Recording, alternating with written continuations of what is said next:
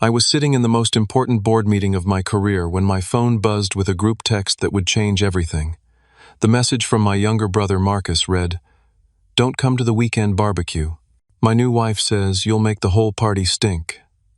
I watched in disbelief as my parents immediately spammed likes on the message, publicly endorsing my humiliation. My hands trembled as I typed back a simple "understood," while my colleagues stared at me across the mahogany conference table.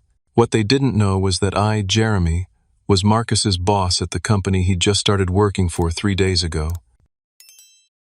The fluorescent lights of my corner office felt harsh against my eyes as I stared out at the Seattle skyline, trying to process what had just happened. At 32 years old, I had worked myself to the bone to reach my position as Vice President of Operations at Meridian Industries. Every promotion, every success, every sacrifice had been earned through dedication and countless 18-hour days. Yet somehow, my family always managed to make me feel like the failure. Marcus was 4 years younger than me, but you'd never guess it from how our parents treated us. While I was putting myself through business school with student loans and part-time jobs, Marcus was backpacking through Europe on mom and dad's dime, finding himself. When I graduated summa cum laude and landed my first corporate position, the family celebration lasted exactly one dinner. When Marcus dropped out of his third college program to start a food truck business that failed within 6 months, our parents threw him a "you tried your best" party that lasted an entire weekend. The pattern had continued for over a decade. Marcus bounced from job to job, relationship to relationship, and scheme to scheme. There was the year he tried to become a cryptocurrency influencer, losing $8,000 of borrowed money. Then came his attempt at becoming a personal trainer, despite never setting foot in a gym regularly. Each failure was met with sympathy, financial support, and encouragement from Robert and Linda, our parents who seemed to believe that effort mattered more than results. Meanwhile, my successes were taken for granted. When I bought my first house, my mother's response was, "Well, you always were good with money." When I received my MBA, my father said, "That's nice, son. Marcus is thinking about going back to school too." It was as if my achievements were expected, unremarkable, while Marcus's mere attempts at achievement were worthy of celebration and support. The cruel irony of the current situation wasn't lost on me. 3 days earlier, Marcus had called me in a panic. His new wife, Stephanie, whom he'd married after a whirlwind 4-month courtship, was pressuring him to get serious about his career. She came from money, old Seattle money, and she had expectations about the lifestyle her husband should provide. "Jeremy, I need your help," he'd said, his voice cracking with desperation. "Stephanie keeps talking about her friends' husbands who work at tech companies and investment firms. She wants me to get a real job, something professional. I've been applying everywhere, but my resume is pretty spotty." Against my better judgment, I had felt sorry for him. Despite years of being overlooked and underappreciated by my family, I couldn't bring myself to watch my little brother struggle. I used my connections and influence to get him hired as a junior analyst in Meridian's marketing department. It wasn't glamorous, but it was a solid entry-level position with good benefits and room for growth. Marcus didn't know that I was the one who had pushed his application through. He thought he'd gotten the job on his own merits, and I had decided to let him believe that. Maybe, I thought, if he felt like he'd earned something himself, it might give him the confidence to actually succeed. Stephanie had been present during our conversation, and I could hear her in the background making comments about "finally" and about time. She'd always looked down on me, despite my success. At family gatherings, she'd make snide remarks about my workaholic lifestyle and my lack of a wife and children.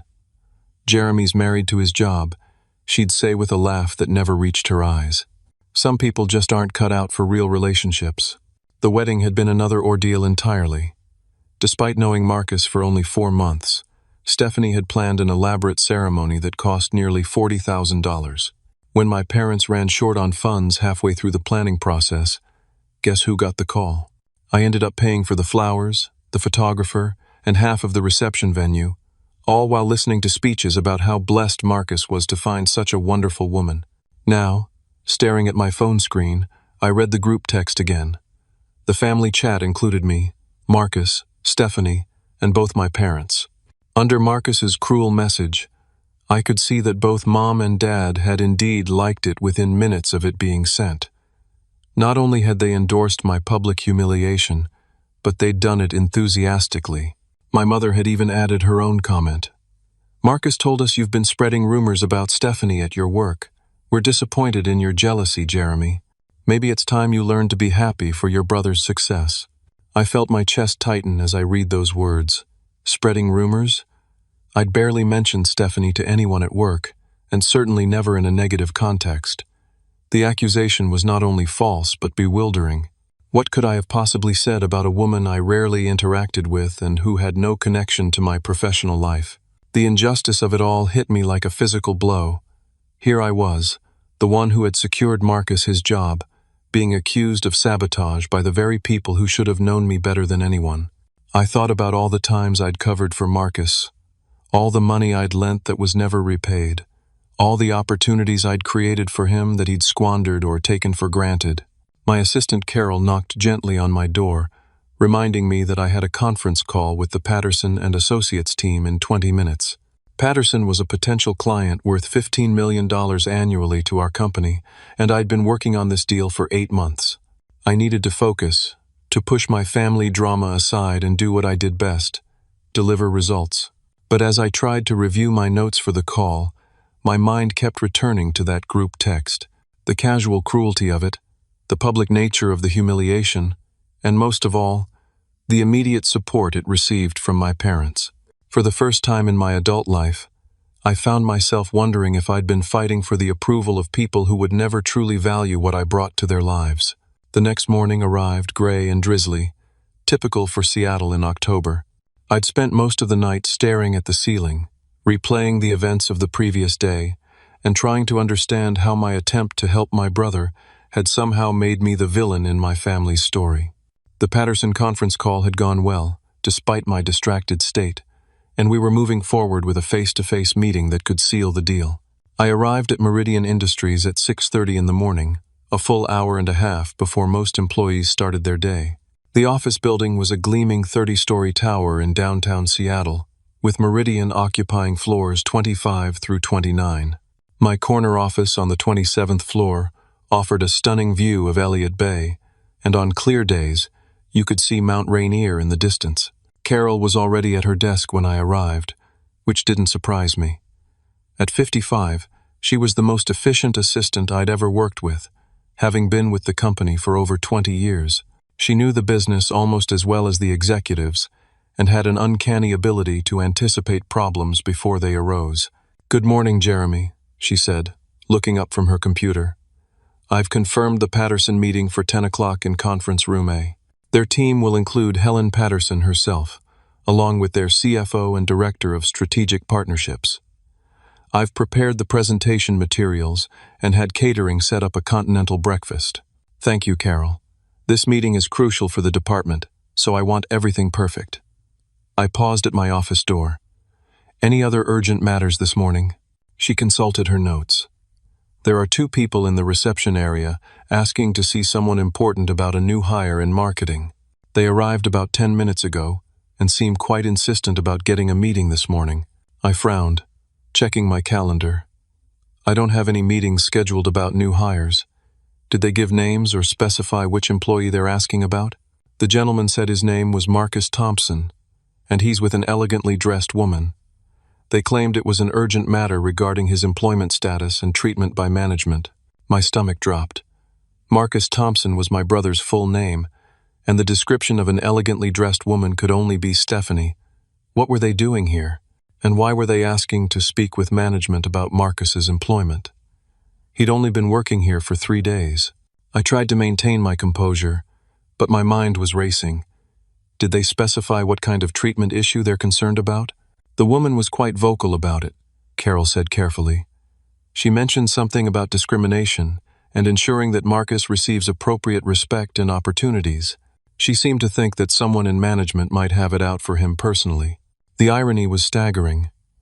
Here I was, the person who had gotten Marcus hired in the first place, and apparently I was now being accused of discriminating against him. I wondered what story Stephanie had concocted in her mind. What narrative she'd built that cast me as the antagonist in her husband's professional life. "Where did you seat them?" I asked, trying to keep my voice steady. "Conference room B, as you prefer for unscheduled visitors." I told them someone would be with them shortly. Carol paused, studying my expression. "Is everything all right?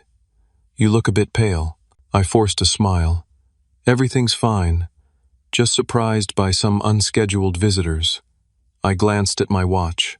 It was 7:15, which gave me about 2 hours and 45 minutes before the Patterson meeting. "I'll handle this personally. Please make sure we're not disturbed unless it's an absolute emergency." As I walked toward conference room B, I could hear voices through the partially opened door. Stephanie's voice was clear and commanding, while Marcus's responses were muffled and hesitant. I paused outside the door, not to eavesdrop but to prepare myself mentally for what was clearly going to be an uncomfortable confrontation. Through the gap in the door, I could see Stephanie examining the room's furnishings with obvious approval. Conference room B was one of our nicer spaces, with a polished mahogany table, leather chairs, and original artwork on the walls. The floor-to-ceiling windows offered a view of the city that never failed to impress visitors. "This place is definitely high-end," I heard Stephanie say to Marcus. "Make sure whoever you talk to understands that you're management material, not some entry-level grunt. You have a degree and experience. Don't let them treat you like you're lucky to be here." Marcus's response was too quiet for me to hear clearly, but his body language suggested discomfort. He was fidgeting with his tie and looking around nervously, clearly out of his element in the corporate environment. Stephanie continued her commentary, taking photos of the room with her phone. "This is exactly the kind of place I pictured you working. Professional, successful, prestigious. Make sure they understand your potential and your expectations for advancement." I took a deep breath and knocked on the doorframe before entering. "Good morning. I understand you wanted to speak with someone about Marcus Thompson's employment." The look of shock on Stephanie's face when she saw me was almost comical. Her mouth fell open, and for a moment, she was completely speechless. Marcus looked equally stunned, his face cycling through confusion, embarrassment, and something that might have been relief. "Jeremy?" Marcus stammered. "What are you doing here?" "I work here, Marcus," I replied calmly, closing the door behind me. "Actually, I'm the vice president of operations." "And you're here because?" Stephanie recovered from her initial shock quickly, her expression shifting from surprise to calculation to indignation in rapid succession. "Well, this is convenient," she said, her tone becoming sharp and aggressive. "You can handle this situation yourself then. Marcus deserves better than some entry-level position. He has a bachelor's degree and years of experience. We want him moved to management immediately." I sat down across from them, maintaining my professional demeanor despite the surreal nature of the situation. Marcus is fortunate to have the position he does, given his employment history. The junior analyst role is actually quite competitive, and there's significant room for growth. "Fortunate?" Stephanie's voice rose. "He shouldn't feel fortunate to work for his own brother.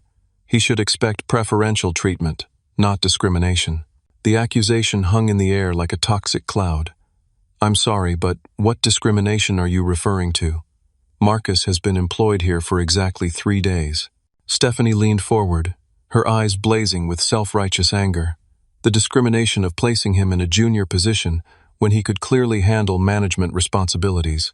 The discrimination of making him feel like just another employee instead of family.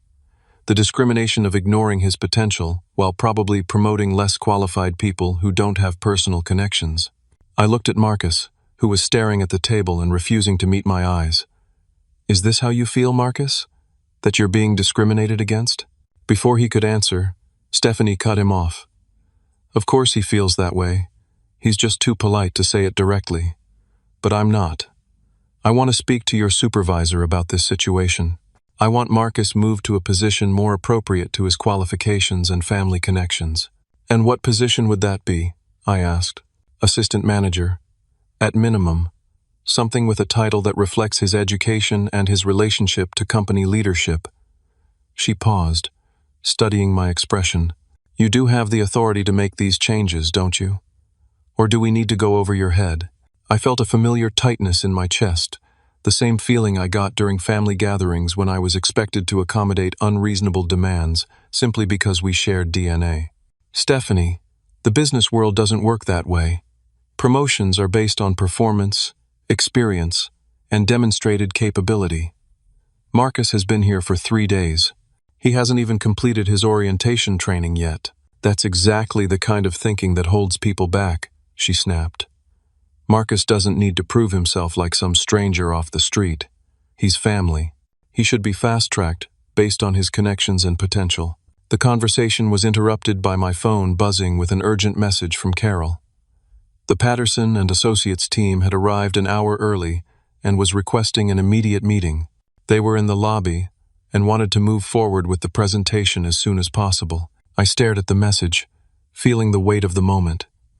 The Patterson deal represented months of work and millions of dollars in potential revenue for my department. Missing this opportunity or handling it poorly could set back my career significantly. But here I was, trapped in a conference room with family members who seemed determined to create a crisis where none existed. I need to handle an urgent business matter, I said, standing up. We can continue this conversation afterward. Stephanie's expression turned predatory. Oh no, Jeremy. You're not going to brush us off like we're some unimportant interruption. Marcus's career is more important than whatever meeting you think you need to attend. Family comes first, or haven't your parents taught you that? The irony of her words, coming less than 24 hours after my family had publicly humiliated me, was almost unbearable. But I maintained my composure, knowing that losing my temper would only make the situation worse. Stephanie, you're in my workplace now. This is a business environment with professional obligations and responsibilities. I will address your concerns, but not at the expense of my professional duties. She smiled coldly. We'll see about that. Maybe it's time your colleagues learned what kind of person you really are. How you treat your own family when they need your help. The threat was clear, and I realized with growing dread that Stephanie was prepared to sabotage my professional life to get what she wanted. As I looked at Marcus, still avoiding eye contact and clearly uncomfortable with his wife's aggressive tactics, I wondered how a situation that started with me trying to help my brother had spiraled so completely out of control. The walk back to my office felt like a funeral march. I had 15 minutes to prepare for the most important meeting of my professional life, and instead of focusing on closing a $15 million deal, I was dealing with family drama that threatened to explode in the middle of my workplace. Carol was waiting with an urgent expression. The Patterson team is in the executive lounge. Helen Patterson specifically requested to move the meeting up because they have a flight to catch this afternoon. She seemed very pleased about the early start, saying it shows our commitment to efficiency. I nodded, trying to compartmentalize my emotions. Set up the main conference room, full presentation setup with the smartboard and video conferencing capability. I'll be there in 10 minutes. What about the people in conference room B? I paused, weighing my options. Every instinct told me to deal with Marcus and Stephanie first, to prevent them from causing a scene during my business meeting. But I also knew that giving in to their demands would only encourage more unreasonable behavior in the future. They'll have to wait, I said finally. This meeting takes priority. I spent the next few minutes reviewing my presentation notes and trying to center myself mentally. The Patterson deal was the culmination of months of relationship building, market analysis, and strategic planning. Helen Patterson was known for making quick decisions based on first impressions, and I couldn't afford to let my personal problems affect my professional performance. The main conference room was on the 28th floor, accessed by a private elevator that required executive clearance. As I rode up, I tried to push thoughts of Marcus and Stephanie from my mind. Whatever happened next, I needed to be fully present for this meeting. Helen Patterson was a formidable woman in her 60s, with silver hair and sharp eyes that seemed to miss nothing. She'd built her company from a small family business into a multi-billion-dollar enterprise, and she was known for her no-nonsense approach to partnerships. With her were David Chen, their CFO, and Sarah Williams, their Director of Strategic Partnerships. Jeremy, thank you for accommodating our schedule change, Helen said, extending her hand with a firm grip. We're excited to see what Meridian can offer our organization. The presentation went smoothly initially. I walked them through our service offerings, case studies of successful partnerships, and detailed projections for their account. Helen asked pointed questions about our scalability, quality control measures, and long-term strategic vision. I felt confident in my responses, drawing on years of experience and intimate knowledge of our capabilities. Midway through the presentation, my phone buzzed with a text message from Stephanie. "We're not waiting much longer. Marcus deserves respect, and if you can't provide it, we'll find someone who will." I ignored the message and continued with the presentation, but the interruption had broken my concentration slightly. Helen noticed the momentary distraction but didn't comment. A few minutes later, another message arrived. "I'm going to tell these executives exactly what kind of person you really are." This time, I couldn't hide my concern. The threat was explicit and immediate. Stephanie was clearly prepared to disrupt my business meeting if she didn't get what she wanted. I excused myself briefly, explaining that I needed to handle a minor urgent matter. Back in conference room B, I found the situation had deteriorated. Stephanie was pacing angrily, while Marcus sat slumped in his chair, looking increasingly distressed. The contrast between his obvious discomfort and her aggressive energy was stark. Finally, Stephanie snapped when I entered. "We've been waiting for over an hour. This is completely unacceptable treatment. I apologize for the delay, but I'm in the middle of closing a significant business deal. I'll need to address your concerns after this meeting concludes." "No," she said firmly. "We're addressing this now.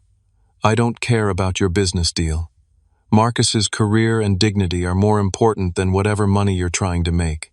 I tried to remain calm, but the stress of juggling two critical situations was beginning to show.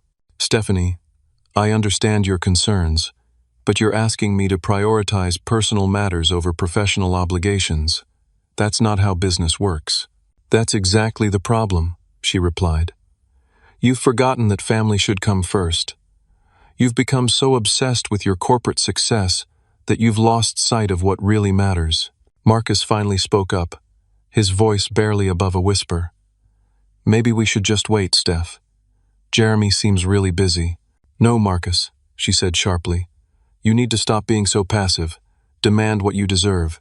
Your brother has the power to fix this situation right now, and he's choosing not to. What does that tell you about his priorities?" The manipulation was obvious and painful to witness. Stephanie was deliberately putting Marcus in an impossible position, forcing him to choose between supporting his wife's unreasonable demands and acknowledging that I was actually trying to help him. "Look," I said, trying one more time to reason with them. "Marcus, you have a good job with growth potential. You're learning the business and building experience. Rushing into management without understanding the fundamentals would actually hurt your long-term career prospects." Stephanie laughed bitterly. "That's exactly the kind of excuse people use when they want to keep others down. Marcus doesn't need to start at the bottom like some nobody. He has advantages, and he should use them." "What advantages?" I asked. "His employment history? His experience in our industry?" "His family connections," she said, as if it should be obvious. "His relationship to you. That should count for something." The entitlement in her voice was staggering. She genuinely believed that being related to me should automatically translate to special treatment, regardless of qualifications or performance. It was exactly the kind of nepotism that I'd always tried to avoid in my professional life. My phone rang with an emergency call from Carol. "Jeremy, I'm sorry to interrupt, but the Patterson team is asking when you'll be returning. Helen Patterson mentioned that they have a tight schedule and need to wrap up soon." I felt a moment of panic. Losing this deal because of family drama would be a professional disaster. But as I looked at Stephanie's determined expression, I realized she was fully prepared to escalate the situation if I didn't give her what she wanted immediately. "Give me 5 more minutes," I told Carol, then turned back to my brother and his wife. "I need to finish this business meeting. It's worth $15 million to my company and affects the jobs of everyone in my department. We can discuss Marcus's career path afterward." Stephanie's eyes lit up with a predatory gleam. $15 million? Well, that's interesting. Maybe these business partners would like to know what kind of person they're dealing with. someone who discriminates against his own family. The threat was explicit now. She was prepared to sabotage my career to get what she wanted. I looked at Marcus, hoping he would finally stand up to his wife's destructive behavior, but he was staring at his hands, clearly torn between conflicting loyalties. "You wouldn't do that," I said, though I wasn't entirely convinced. "Try me," Stephanie replied. "I'm going to march into that conference room and tell them exactly how you treat people who depend on you. Let's see how they feel about doing business with someone who abuses his power to settle personal grudges." As she moved toward the door, I realized that everything I'd worked for was about to be destroyed by someone who saw my success as nothing more than a tool for her own advancement. The cruel irony was that I'd created this situation by trying to help Marcus in the first place. Now my good intentions were being weaponized against me by someone who felt entitled to the fruits of my labor without any of the effort. The moment of decision arrived with crystalline clarity. I could either capitulate to Stephanie's demands and compromise my professional integrity, or I could trust that my colleagues and clients would see through her manipulation. The choice would define not just this situation, but how I allowed my family to treat me going forward. "Stephanie," I said quietly, "if you disrupt my business meeting, you'll be escorted from the building by security. This is my workplace, and here, professional behavior is required." Her eyes widened with surprise. She clearly hadn't expected me to call her bluff. "You wouldn't dare. I'm family. Being family doesn't give you the right to sabotage my career," I replied. "If you can't behave professionally in a professional environment, you'll be removed from it." I left them in conference room B and returned to the Patterson meeting, my heart pounding but my resolve firm. I'd spent too many years accommodating my family's unreasonable demands, and I wouldn't let them destroy my professional life as well. Helen Patterson noticed my slightly flustered state when I returned. "Everything all right, Jeremy?" "Just a minor administrative issue," I said, forcing myself to focus. "Nothing that can't be handled later." I dove back into the presentation with renewed energy, walking them through our implementation timeline and support structure. Helen was particularly interested in our quality assurance protocols and asked detailed questions about our monitoring systems. I found myself relaxing into the familiar rhythm of professional discussion, grateful for the temporary escape from family drama. During a brief break while David Chen reviewed our financial projections, my phone buzzed with increasingly frantic messages from Stephanie. "This isn't over. You'll regret treating us this way. I'm coming to find you right now." I showed the messages to Carol and asked her to contact building security as a precaution. The last thing I needed was Stephanie bursting into the executive conference room during crucial negotiations. The Patterson team was impressed with our proposal.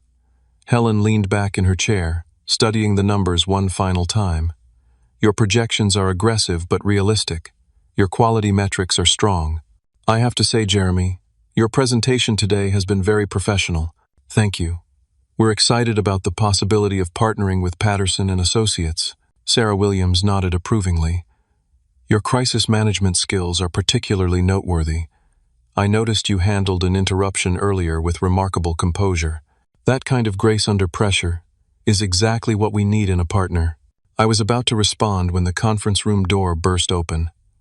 Stephanie stood in the doorway, her face flushed with anger and determination. Behind her, I could see Carol trying to catch up, looking mortified at the breach of protocol. "Excuse me," Stephanie announced loudly, "but I need these people to know exactly who they're considering doing business with." The silence in the room was deafening.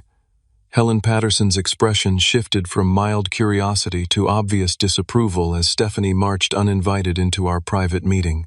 David Chen and Sarah Williams exchanged concerned glances, clearly wondering what kind of organization they were dealing with.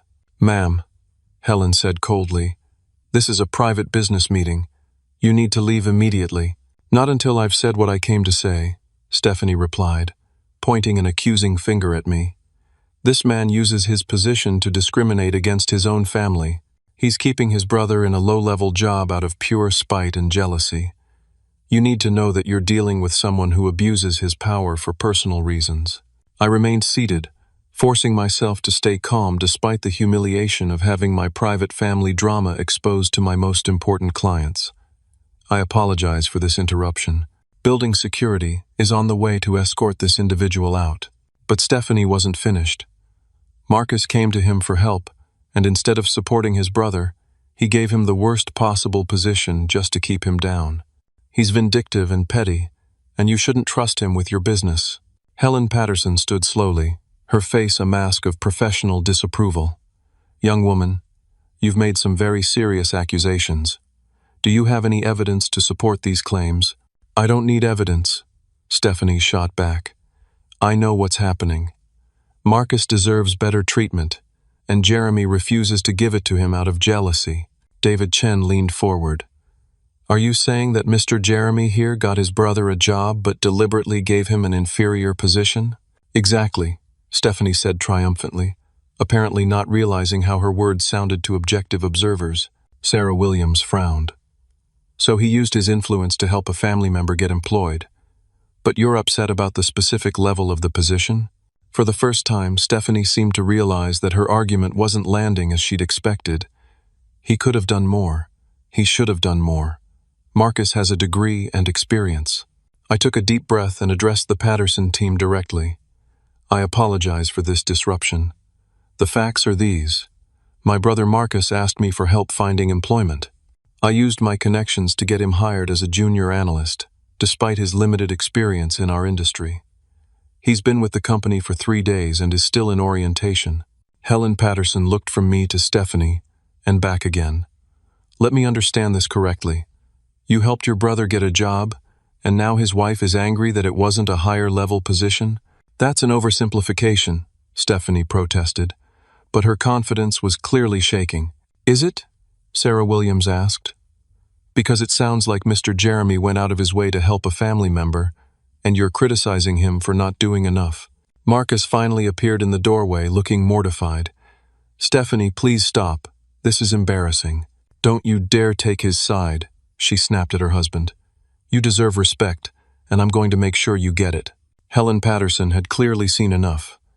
Security, please escort this woman from the building. And young man, she addressed Marcus, I suggest you collect your wife and remove yourselves from these premises immediately. 2 security guards appeared, and Stephanie realized that her dramatic gambit had backfired completely. Instead of exposing me as a villain, she'd revealed herself as an entitled troublemaker who felt comfortable disrupting business meetings to make unreasonable demands. This isn't over, she said as the security guards prepared to escort her out. I'll file complaints with corporate. I'll expose how this company treats family members of employees. Ma'am, one of the security guards said firmly, you need to leave now, or you'll be arrested for trespassing. As Stephanie was led away, still protesting loudly, Marcus lingered in the doorway. I'm sorry, he said quietly. I didn't want this to happen. Helen Patterson studied him for a moment. Young man, a word of advice. Your wife's behavior reflects on you professionally. If you want to succeed in business, you need to understand appropriate boundaries and professional conduct.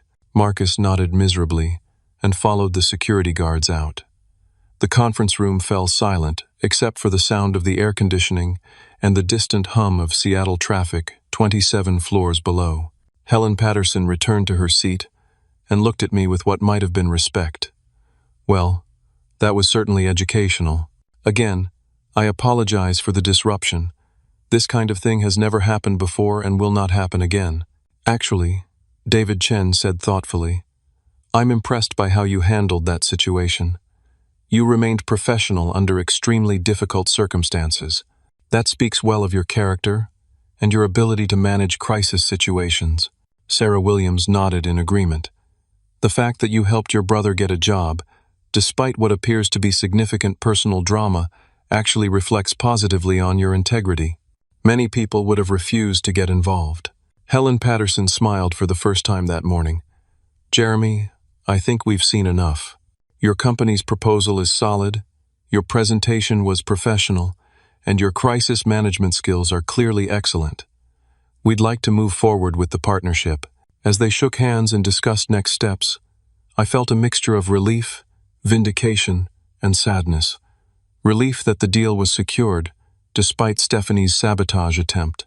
Vindication that my professional colleagues could see through her manipulation and recognize the real situation, but also sadness that my attempt to help my brother had created such a destructive conflict.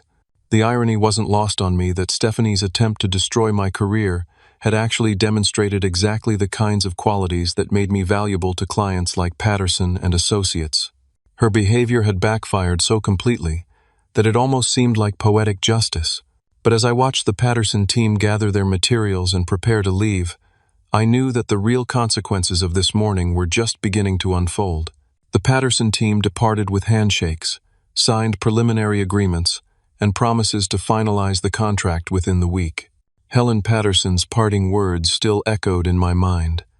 "Jeremy, in 30 years of business, I've learned that you can judge someone's character by how they handle unexpected challenges. You passed that test today with flying colors, but even as I celebrated this professional victory, I knew the personal fallout was far from over. Carol informed me that building security had detained Stephanie for attempting to access restricted areas of the building. Apparently, after being escorted from the executive floor, she had tried to use the visitor elevator to return and finish the conversation. She was asking the security desk for your home address and personal contact information," Carol reported. When they refused, she became increasingly agitated and demanded to speak with the company president. She claimed you were violating federal discrimination laws. I rubbed my temples, feeling a tension headache building. "Where is she now?" "Security has her in the main lobby. She's refusing to leave the building until she speaks with someone in corporate management. Marcus is with her, trying to get her to come home." Through my office window, I could see down to the lobby level of the building. Even from 27 floors up, I could make out a small crowd gathered near the security desk. The situation was clearly escalating beyond a simple family disagreement. "I need to handle this before it gets worse," I said, though the prospect of another confrontation with Stephanie was exhausting. As I rode the elevator down to the lobby, I tried to prepare myself mentally for whatever scene awaited me. The elevator doors opened to reveal exactly what I'd feared. Stephanie standing at the security desk, speaking loudly enough for everyone in the lobby to hear, while Marcus stood beside her looking like he wanted to disappear into the marble floor. "This company discriminates against family members of employees," she was saying to the head of security.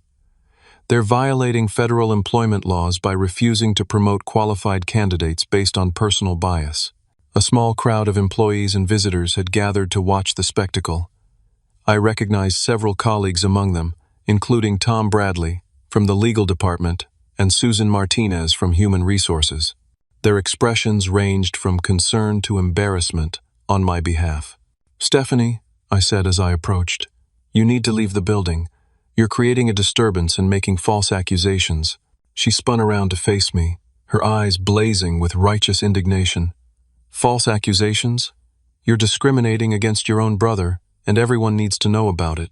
"I got Marcus a job," I said quietly, hoping to de-escalate the situation. "I used my influence to help him when he asked for it."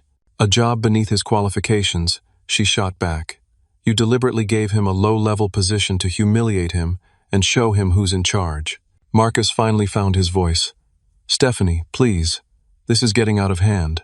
People are staring." "Good," she replied. "They should stare. They should know what kind of person Jeremy really is underneath all that corporate polish." Tom Bradley stepped forward, introducing himself as the company's legal counsel.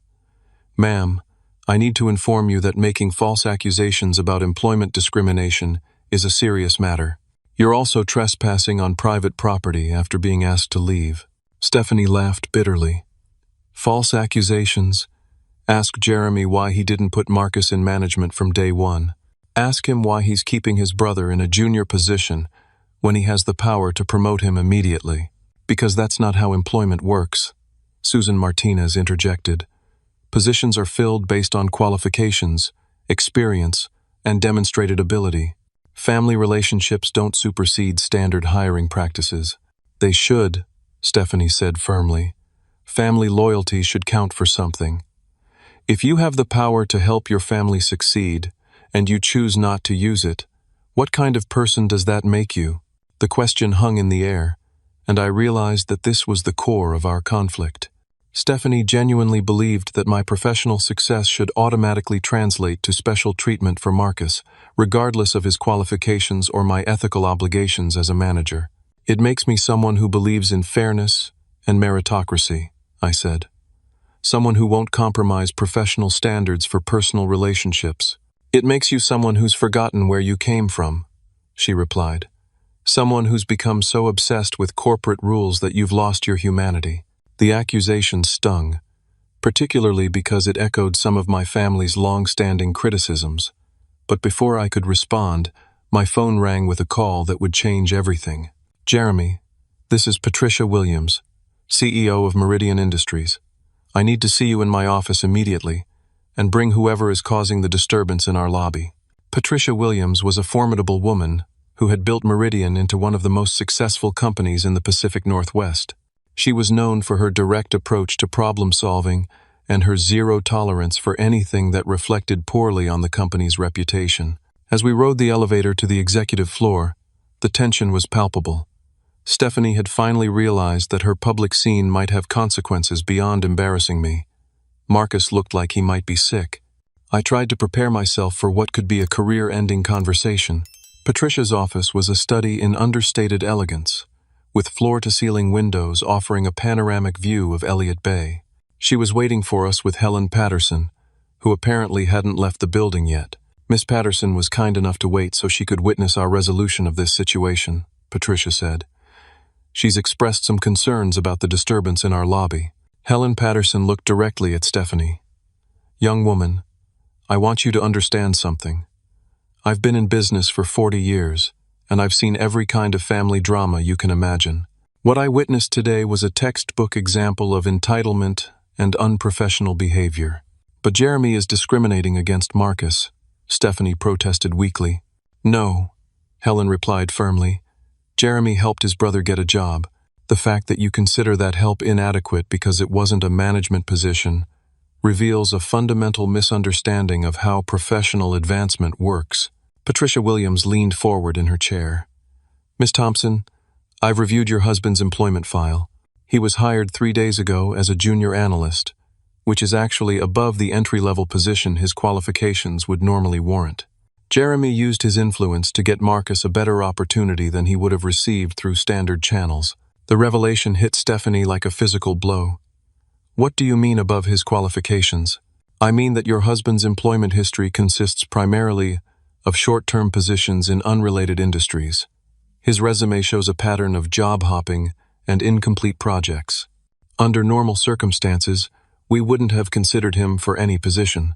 Marcus's face went white. He clearly hadn't realized that his employment was entirely due to my intervention. The junior analyst position he'd thought he'd earned on his own merits was actually a favor that stretched the bounds of normal hiring practices. Furthermore, Patricia continued, your behavior today has created a security risk and potential liability for our company. You've made false accusations about employment discrimination, disrupted business operations, and refused to leave when asked. These actions could result in criminal charges for trespassing and defamation. Stephanie's bravado finally crumbled. I was just trying to help my husband's career. By sabotaging his brother's? Helen Patterson asked. By publicly humiliating the person who went out of his way to help him? That's not helpful behavior. It's destructive behavior. The weight of the situation finally seemed to hit Marcus. Jeremy, I didn't know you were the one who got me the job. I thought I got it on my own. I wanted you to feel like you'd earned it yourself, I said. I thought it might give you confidence to succeed. Instead, it gave his wife ammunition to attack you, Patricia observed. Which brings me to my final point. Marcus, your employment with this company is contingent on your ability to maintain appropriate professional boundaries. If your personal relationships interfere with business operations again, your position will be terminated immediately. The meeting concluded with Stephanie being formally banned from company property and Marcus being placed on probationary status. As we prepared to leave Patricia's office, Helen Patterson pulled me aside. Jeremy, what happened today actually reinforced my confidence in our partnership. You maintained your integrity under extremely difficult circumstances, and you handled a crisis with remarkable professionalism. Those are exactly the qualities we look for in our business partners. As the elevator doors closed on Marcus and Stephanie, I realized that the morning's events had fundamentally changed not just my family dynamics, but my understanding of what it meant to help the people I cared about. Sometimes, the greatest kindness is refusing to enable destructive behavior, even when that behavior comes from the people closest to you. The following weeks unfolded like a slow-motion avalanche, with consequences I never could have anticipated when I first received that cruel group text about the barbecue. What had started as a family argument about party invitations had exposed fundamental problems that ran much deeper than I'd realized. Marcus returned to work the next day, subdued and clearly embarrassed by the previous day's events. He requested a transfer to a different department to avoid any appearance of favoritism, which I supported through HR.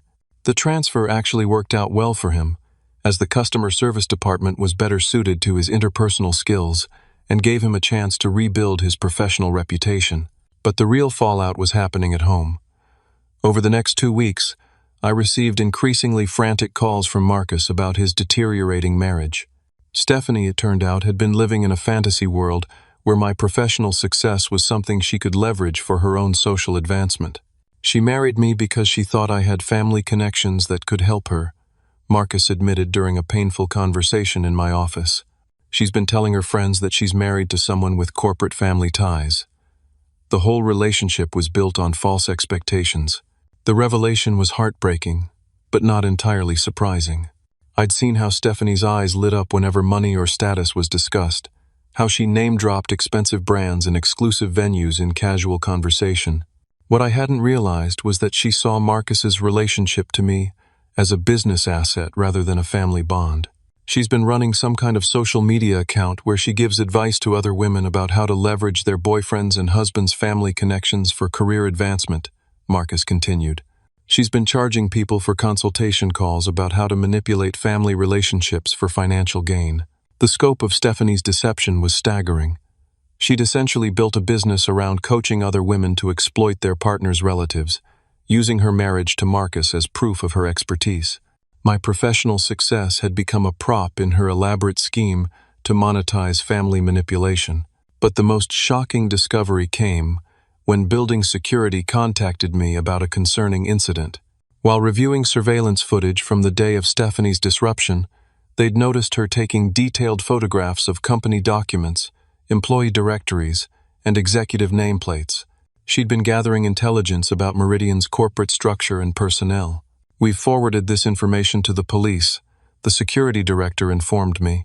Taking unauthorized photographs of corporate information could constitute industrial espionage, especially if she was planning to sell that information to competitors or use it for fraudulent purposes.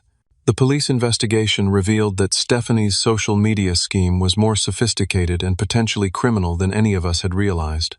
She'd been coaching women to pose as potential business partners or investment opportunities to gain access to their targets' professional networks and financial information. Several of her clients had used her advice to gain unauthorized access to corporate information through their boyfriends and husbands. In at least 3 cases, this had resulted in identity theft and financial fraud. Stephanie was now facing serious criminal charges for conspiracy to commit fraud and wire fraud. Marcus was devastated by the revelations. "I thought she loved me," he said during one of our conversations. "I thought she was just ambitious and wanted us to succeed together. I never imagined she was using me to run criminal schemes." The divorce proceedings were swift and brutal. Stephanie's criminal charges made it impossible for her to claim any marital assets, and Marcus discovered that most of their shared debts were related to her fraudulent activities. She'd been using credit cards in his name to fund her lifestyle and her illegal business operations. But perhaps the most significant development came from an unexpected source: our parents. The full story of what had happened eventually reached them through Marcus, who felt compelled to explain why his marriage was ending so abruptly. My mother called me 3 weeks after the office incident, and for the first time in years, I heard genuine remorse in her voice. "Jeremy, I owe you an apology," she said. "We had no idea what was really happening. Marcus told us everything about the job, about Stephanie's schemes, about how you tried to help him, and how we responded to that group text. The conversation was long overdue and emotionally exhausting. My parents admitted that they'd been unfairly favoring Marcus for years, making excuses for his failures while taking my successes for granted. They'd somehow convinced themselves that I didn't need their support or approval because I was already successful. "We thought you were self-sufficient and didn't need our encouragement," my father explained during a separate conversation. "We were so focused on trying to help Marcus find his way that we forgot to appreciate what you'd already accomplished." The family therapy sessions that followed were painful but necessary. With a professional mediator, we were able to discuss decades of accumulated resentment, misunderstanding, and unfair treatment. Marcus acknowledged that he'd been enabling Stephanie's behavior because he was afraid of losing her, even when he knew her demands were unreasonable. My parents confronted their own biases and recognized how their well-intentioned favoritism had actually harmed both of their sons. Marcus had never learned to be self-reliant because he'd always had someone to bail him out, while I'd learned to expect nothing from my family emotionally. The healing process was gradual and sometimes setback-prone, but it was real. Marcus threw himself into his work with new determination, eager to prove that he could succeed on his own merits. He started attending counseling to address his pattern of seeking approval from destructive partners. My parents made genuine efforts to acknowledge my achievements and express pride in my accomplishments. More importantly, they began treating both Marcus and me as adults capable of making our own decisions and facing our own consequences. But the most satisfying resolution came from an unexpected source. 6 weeks after the incident, Helen Patterson called me personally to report that 3 other companies had contacted her asking about Meridian Industries based on her recommendation. "Word travels fast in our industry," she said. "The story of how you handled that family crisis has become something of a legend among executive circles. People are impressed by your professionalism under pressure and your integrity in difficult circumstances." The Patterson deal had not only succeeded, but had opened doors to additional opportunities worth potentially $50 million in annual revenue. My professional reputation had been enhanced, rather than damaged, by the events that Stephanie had intended to destroy my career. As I sat in my office 6 weeks later, looking out at the Seattle skyline and reflecting on everything that had happened, I realized that the group text about the barbecue had been a blessing in disguise. It had forced long overdue conversations, exposed destructive patterns, and ultimately strengthened both my professional position and my family relationships. The irony was that by standing up for myself professionally, I'd earned more respect from both my colleagues and my family than years of accommodation and self-sacrifice had ever achieved. Sometimes, the people who love us most need to see us defend our own worth before they can truly appreciate what we bring to their lives. 3 months later, I stood in the same office where this story began, but everything had changed. The Seattle skyline looked the same. The mahogany desk still gleamed under the fluorescent lights, and Elliott Bay still sparkled in the distance. But the man looking out at that view was fundamentally different from the one who had received that humiliating group text on a Tuesday morning in October. The Patterson deal had not only closed successfully, but had exceeded all projections. Their account brought in $18 million in the first year alone, surpassing even our most optimistic estimates. Helen Patterson had become not just a client, but a mentor, introducing me to other executives and serving as a reference for my leadership abilities. The ripple effects of that success were profound. Based on my performance during the crisis and the subsequent business growth, I was promoted to Senior Vice President with a 30% salary increase and equity options that would secure my financial future. More importantly, I'd earned a reputation throughout the company as someone who could handle pressure with grace and integrity. But the professional victories, satisfying as they were, paled in comparison to the personal transformation that had taken place. The family therapy sessions had continued for 3 months, and while they weren't always comfortable, they'd created space for honest conversations that should have happened years earlier. Marcus was thriving in his new department. Without the pressure of Stephanie's unrealistic expectations, he'd discovered that he actually enjoyed customer service work and was good at it. He'd been promoted twice in 3 months, based purely on his performance, and had started dating someone new, a kindergarten teacher named Amy, who appreciated him for who he was rather than what he could provide. For the first time in my adult life, I feel like I'm succeeding because of my own efforts, he told me during one of our now regular lunch meetings.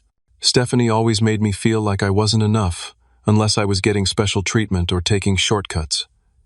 Amy makes me want to be better, not just appear better. My parents had undergone their own transformation. My mother started sending me articles about business trends and asking thoughtful questions about my work. My father began calling just to check in, without any agenda or requests for favors. They'd learned to express pride in my accomplishments without immediately pivoting to concerns about Marcus. The barbecue that had started this entire saga finally happened, rescheduled for December as a family Christmas celebration. But this time, the invitation came with a heartfelt apology and a genuine request for my presence. When I arrived, I found a completely different family dynamic. Marcus and Amy were helping in the kitchen, laughing together as they prepared side dishes. My parents greeted me with warmth that felt authentic rather than obligatory. There was no tension, no underlying resentment, no sense that I was an inconvenience to be tolerated. During dinner, my father raised his glass in a toast to Jeremy, who taught us all what it means to have integrity under pressure. We're proud of the man you've become, and sorry it took us so long to tell you that. The words I'd waited years to hear finally came, and they meant everything because they'd been earned through genuine growth rather than demanded through confrontation. Stephanie's legal troubles had resolved with a plea agreement that included restitution to her victims and 2 years of probation. She'd moved back to her parents' home in another state, and we'd heard through Marcus that she was working as a retail clerk while paying off her debts. The social media empire built on manipulating family relationships had crumbled completely. But even Stephanie's story carried a lesson.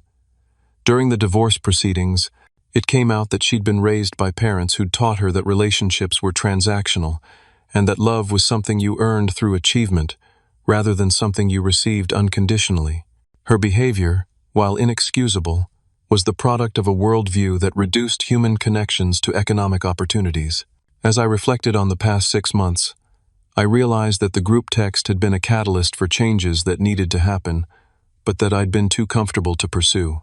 I'd spent years accommodating my family's dysfunction because it was easier than confronting it. I'd accepted being undervalued because challenging that dynamic seemed more difficult than enduring it.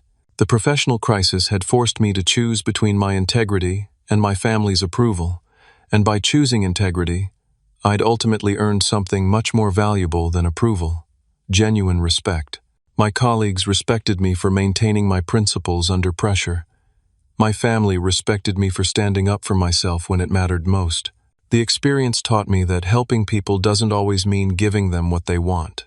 Sometimes, the greatest kindness is refusing to enable destructive behavior, even when that refusal causes temporary pain or conflict. By not giving Marcus special treatment, I'd forced him to develop genuine competence. By not accommodating Stephanie's demands, I'd protected both my professional reputation and my family's long-term well-being. I learned that success shared with people who truly value your efforts is infinitely more satisfying than achievements celebrated by those who take them for granted.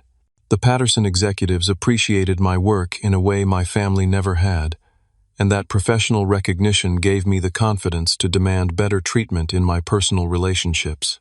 Most importantly, I discovered that standing up for yourself doesn't make you selfish or mean-spirited. It makes you someone worthy of respect. People who genuinely care about you will rise to meet higher standards when you stop accepting less than you deserve. The irony of the entire situation wasn't lost on me.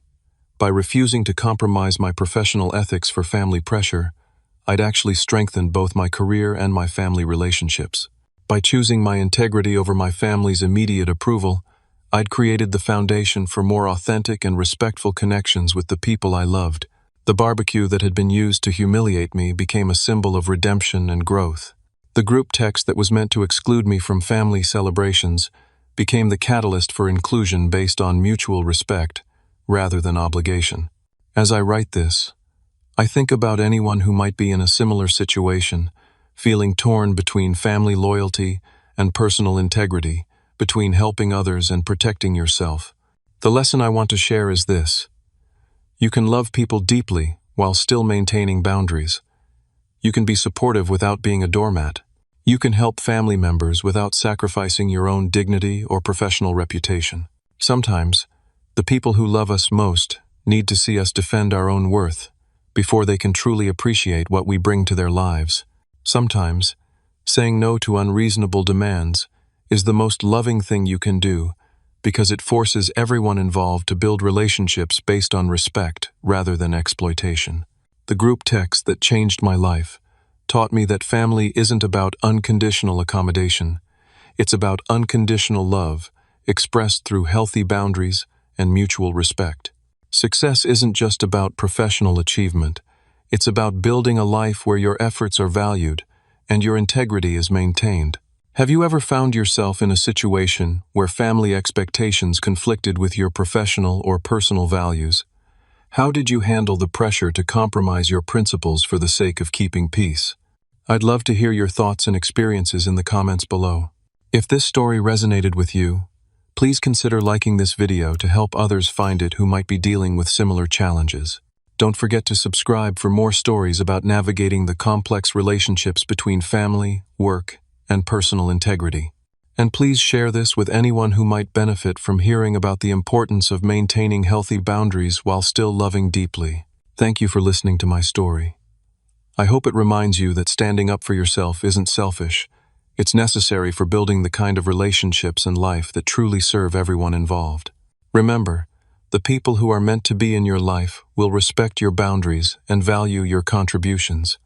Anyone who doesn't isn't someone you need to please at the expense of your own well-being. Until next time, take care of yourselves and remember that your integrity is never negotiable, no matter who's asking you to compromise it.